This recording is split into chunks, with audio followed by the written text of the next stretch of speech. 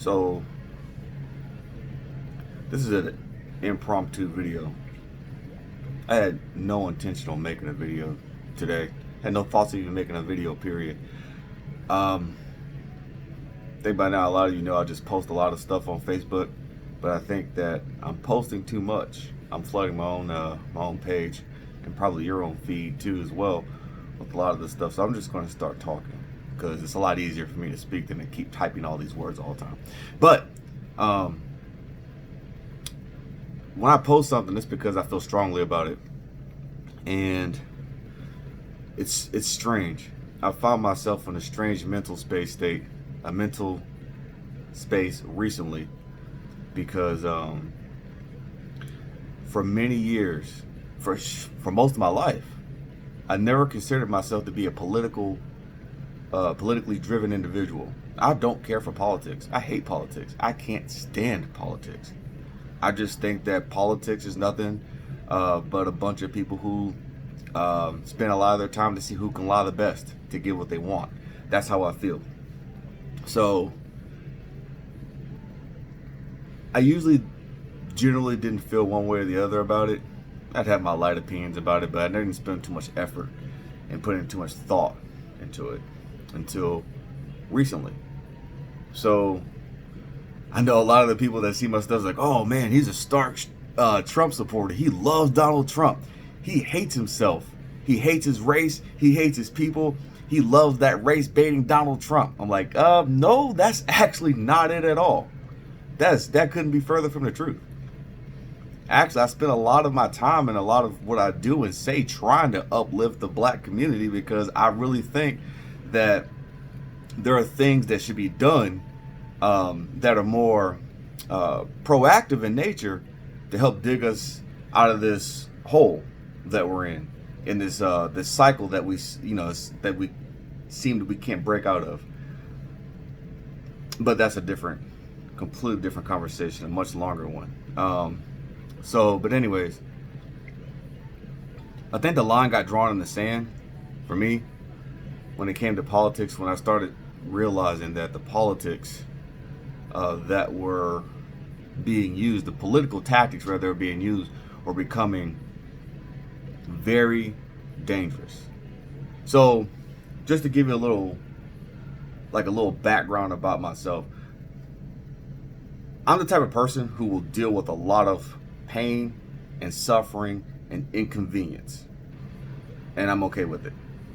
It's kind of like this mentality that I've adopted because I think it helps with my growth and development and stuff like that as an individual, personally.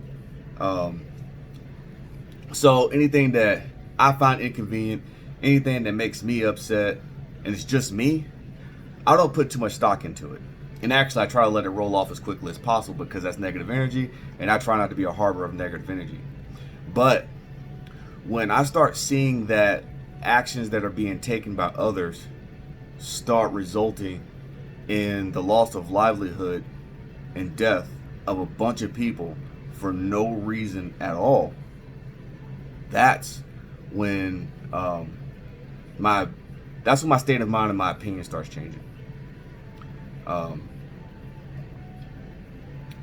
And I try to say this with as much respect as possible. I don't mean to insult anybody's intelligence. I don't like doing that. But the fact of the matter is that I know that most people literally live their life taking everything at superficial and face value. That's what they do because it's the path of least resistance and it's the easiest thing to do. That's why mainstream media is so successful. If people by nature were much more critically thinking and had a more questioning attitude towards life and like to analyze stuff and break things down, mainstream media would not be nearly as successful as it is today. It would not be as influential as it is today. The reason it's so influential at controlling the masses is because the masses, they rely on that mainstream media to determine how they need to feel and think in life. They control the course. They control the flow of the water. So, and before all this, I'm just keeping track of my time. Before all this, I've always had a questioning nature. I always asked why. It's always been my nature. I've always needed to know how everything worked all the time, because that's the only way I can conceptualize and wrap my head around a particular idea. I have to know how it moves, how it operates, how it works. It takes me longer to learn it, but once I learn it, I fully understand it. So,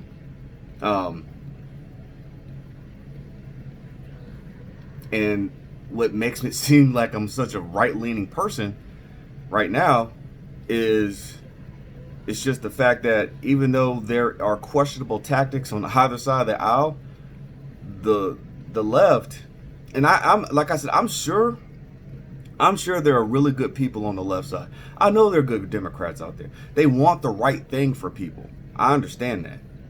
But I think, unfortunately, what's happening is that the small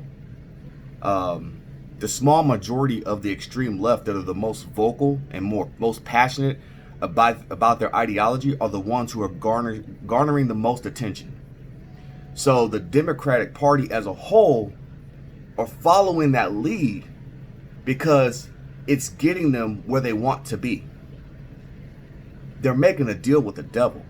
That's what they're doing. And I'm not a religious person by any stretch of the imagination. But, just by the term making a deal with the devil, like, it looks good on surface value. It looks good because it takes you where you want to go. But you're going to pay a big price at the end of that. Because the people that you're following the lead to, they don't want anything other than what their ideology portrays. Fatherless homes. So let's go back to that. Let's make that real simple. What does Black Lives Matter really stand for? Did you read the website? Did you go to the About Me and actually break down what they stand for and who they are? They don't like or support the concept of the nuclear family construct, a mom and dad household raising their children. They want to break that apart. That's one of the biggest things plaguing the black community right now, fatherless homes. And you support that? You can't get behind an organization just because you say, well, I don't support the organization, I just support the movement. No, you can't do that. That doesn't work. And the reason why it doesn't work is because, like I said before, the path of least resistance. Conceptually, when people see that Black Lives Matter banner hanging somewhere or painted in the road somewhere, they're not looking at the movement. The movement and the organizations are one and the same. So people in the black community can't say, I'm going to ride the coattails of the Black Lives Matter organization because I'm going to support the Black Lives Matter movement on my own accord. That's not how that works. And the thing is, if you think about it, that's exactly what they want to happen. They want you to think just like that. Either A, you're going to support the organization directly, or B, at the very least, you're going to indirectly and by proxy support the organization. Because most people, by default, are going to just say Black Lives Matter. And that's it. And that's the end of it. And then there won't be much further discussion other than that. And like I said in the past, I told other people, I said, the whole thing about the Black Lives Matter, whoever came up with the catchphrase is a genius. Because to oppose those words makes it seem like you're a racist. I don't support Black Lives Matter.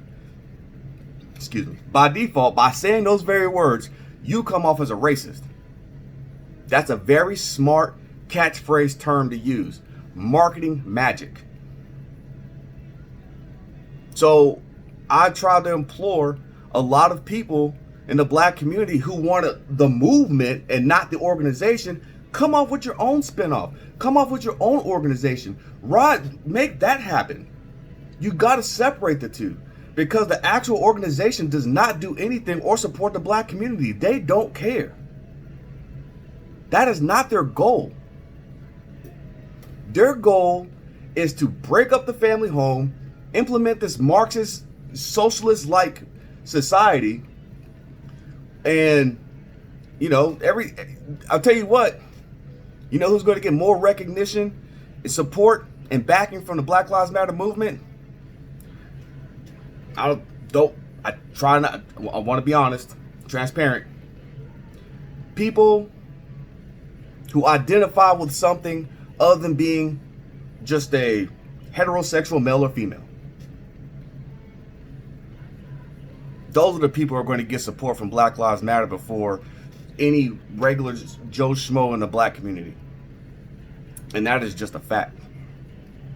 And then when you donate and you support the Black Lives Matter organization, I ask people, like, well, can you just do some research? You go to the webpage, the main webpage says Black Lives Matter, but when you hit the donate button, it takes you to Act Blue. Do some research on Act Blue, and you realize that they are a fundraising campaign for the Democratic Party, and then there's a timeline and an actual chart that shows you how many millions of dollars have gone to rich white politicians. And then people come back at me and be like, oh, well, no, that doesn't mean anything. Okay. Doesn't mean anything. Just tell me, since all this stuff has started with Black Lives Matter, tell me, please, educate me. I'm an open-minded person. If you can make it make sense to me, I will eat it up all day. How many people, organizations, family, houses, businesses, has the Black Lives Matter organization actually helped? I'm not talking about hanging no damn flag or painting no damn mural on the ground. How much money have they actually spent and invested in trying to build up a black community somewhere, whether it be house reconstruction, business reconstruction, educational needs, anything? Give me something. I'll wait. You can't give me anything because they haven't done anything but cause problems, a whole lot of them. So, and that's at the, this video is going to get long. Oh well, I talk a lot. People who know me know I talk a lot. That's at the micro level. So I have a problem with the Black Lives Matter organization, but ultimately I don't even care about that. I don't. It's weird. It sounds weird, but I care, but I don't care. It's small. It's small potatoes to me. My biggest gripe is because if anybody knows me, I have an evolutionist type mentality. Like, my thought process is always evolutionary scheme, big picture, always. So the thing that concerns me is that I feel like we're at a crossroads, right? And I've said it before, and I'll say it again, my exact quote from Facebook. People think I'm joking when I say that Google is setting the stage to take over the world for global domination. I said that's like maybe 4 or 5 years ago. I'm not joking when I say that. I am dead ass serious. And I guarantee you, whoever watches this video, they're going to think the same thing. That man has lost his damn mind. Have I? Have you looked at the investments in the business acquisitions for Google recently and Microsoft? Those big tech giants. Do you know what's really happening? I know those, you're conspiracy theories. No, I just follow the information. That's what I do. I look at all the information.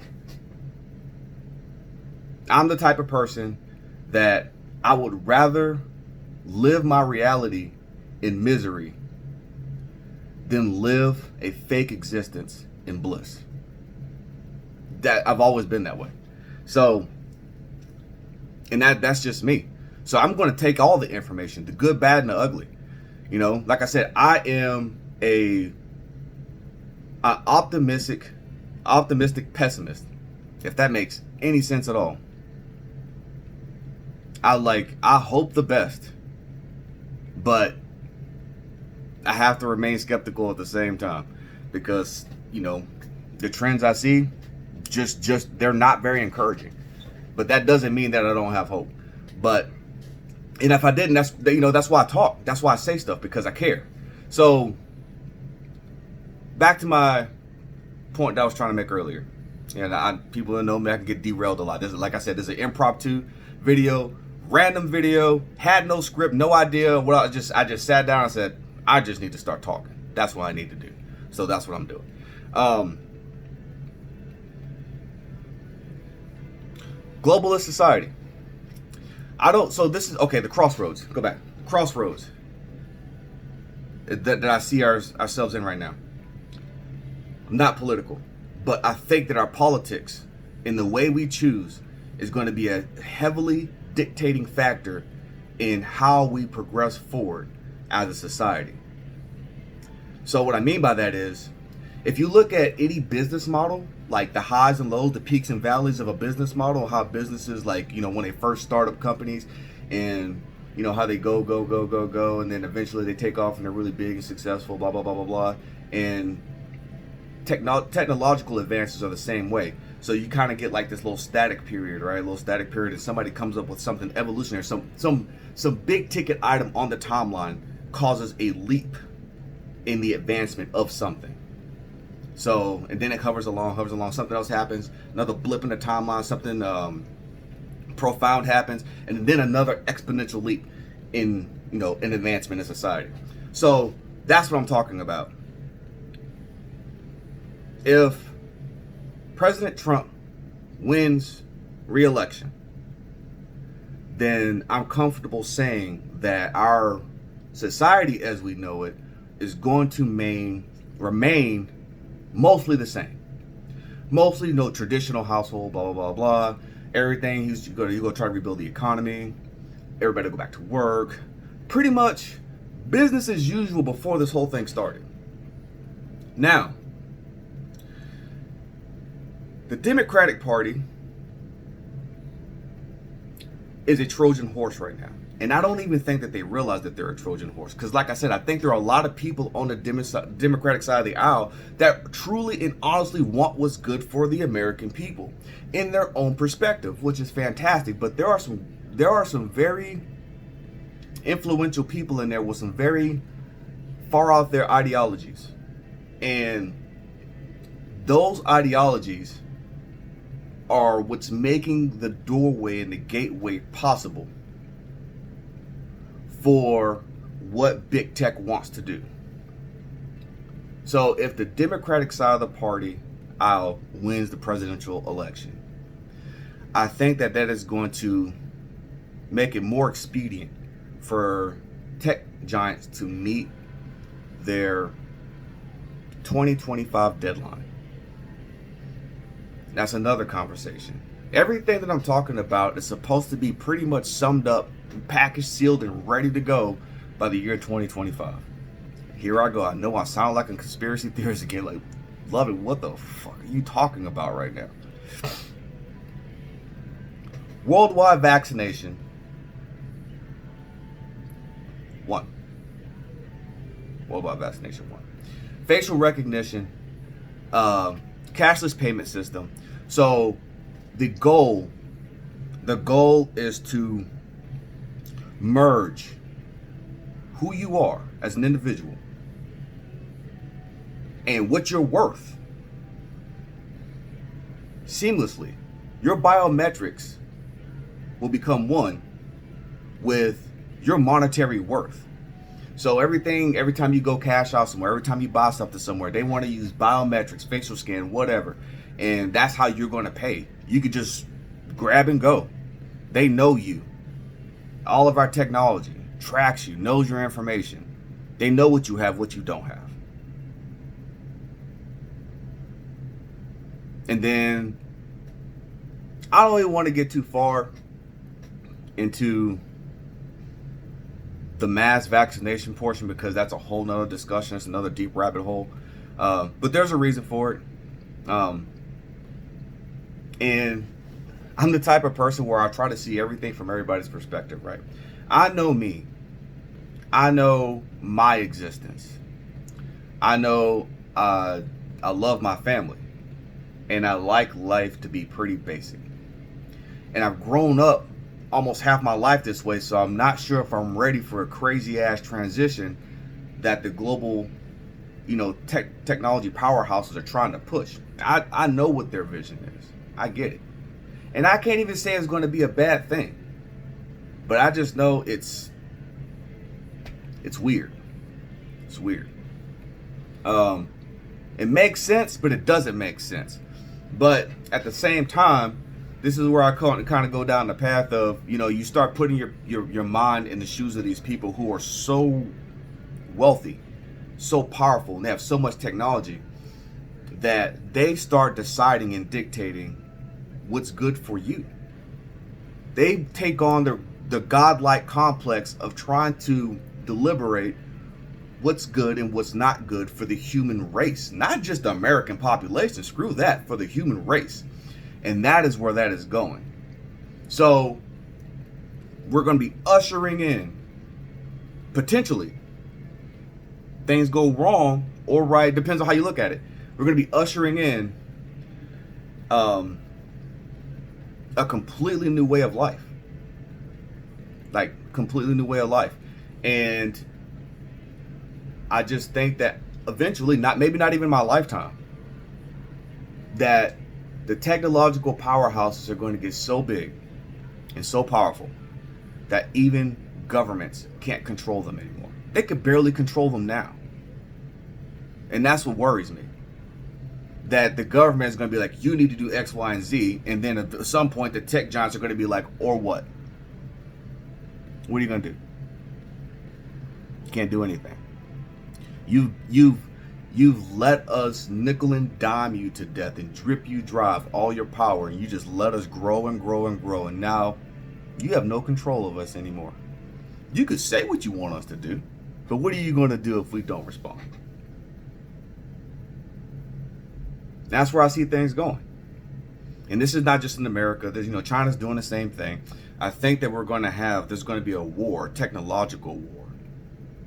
And I can kind of see that starting now, where it's going to be a silent war, and it's going to be technology based. And there's going to be conglomerates, there's going to be wars worldwide of the first world countries that actually have the resources and the capability to conduct such a power struggle. And the one who is left remaining on top is going to be the one who's going to dictate what happens for the rest of the whole planet. In other countries who can't technologically compete, they're just going to be assimilated. They're just going to be consumed. They're just going to have to go with whatever happened everywhere else in the world. Like I said, I don't know if this is a bad thing. It might be a good thing. I just know at some point we have to evolve. And I think what worries me is that I know that this evolution is going to occur. And I like to kind of like have the idea of, I know what's going to happen next. And I think going down that path, I see the end picture and it doesn't look right. And that's what worries me. And the weird part is that I get so passionate about this argument, and I'm probably going to be dead by the time any of this stuff happens. I'm probably not even going to be here anymore. This probably is going to be well outside of our lifetime. But I can see it. I can see it. And I've been seeing it. And it's been traveling the same trajectory that it's been traveling since I've been looking at it for almost 10 years now. And that is what I find so insane. It's almost like I feel like I'm watching I am. Like, I want to say I'm watching the future unfold before my eyes, but I am. But a premonition. I'm watching a premonition unfold before my eyes. And like I said, I don't even know like what company's going to do what, or exactly what law is going to be passed or what's not going to be passed, it's just the big timeline, details, like the large occurrences in the world is what I've kind of been accurate about. So get your Bitcoin. I'm just joking. I don't know. I got Bitcoin just in case. It might not, I can see how it could be beneficial, but I don't want to go into that discussion either. But get ready. It's been deemed a long time ago that ever since our American dollar went over to the oil standard and not the gold standard anymore, that is it really worth anything? There's a reason why the Federal Reserve could just print off endless amounts of cash and just assume an endless accumulation of debt. Like, oh, we'll pay it back, we'll pay it back, we'll pay it back. Okay. It's got to crumble at some point, right?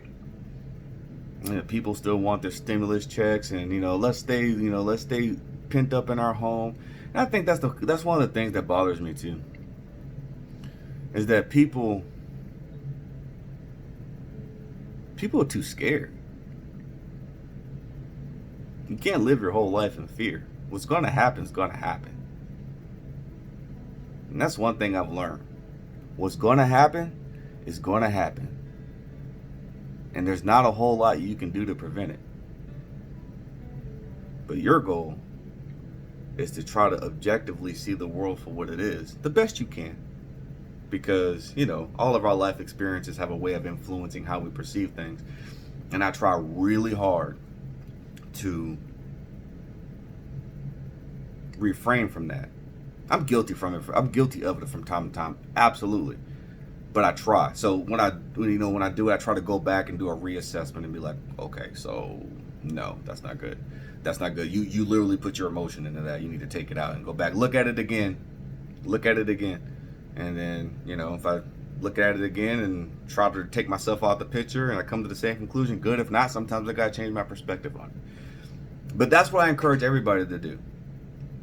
I don't want you to look at your freaking past trials and tribulations and then say, oh, because of my life and I failed on X, Y, and Z fronts in society. That is not my problem. That is their problem. And all I'm saying is this. Yeah, I've been saying all I'm going to say for the last 27 minutes now. But anyways, don't let the course of humanity be shifted just because you personally don't like how your life is going. Does that make any sense? First, you're going to have to deliberate, how do you want the world to be? Like, and not as an angry person either. Like, you got to think about it. You should sit back and kind of like, unpack that. And then, come to a conclusion after that. But there's a lot of people making a lot of choices and saying a lot of things based on emotion. And it's not founded on any kind of merit at all. Like I said, I could sit here and talk probably the next 5 hours about this stuff and try to find an itemized, topic to talk about.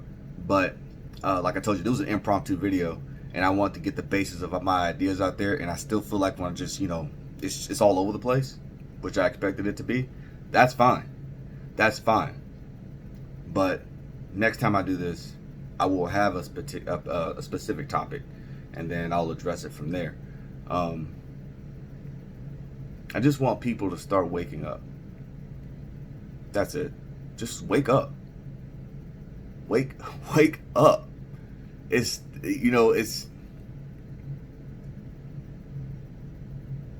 I find it's really unfortunate when people get blinded by their emotions.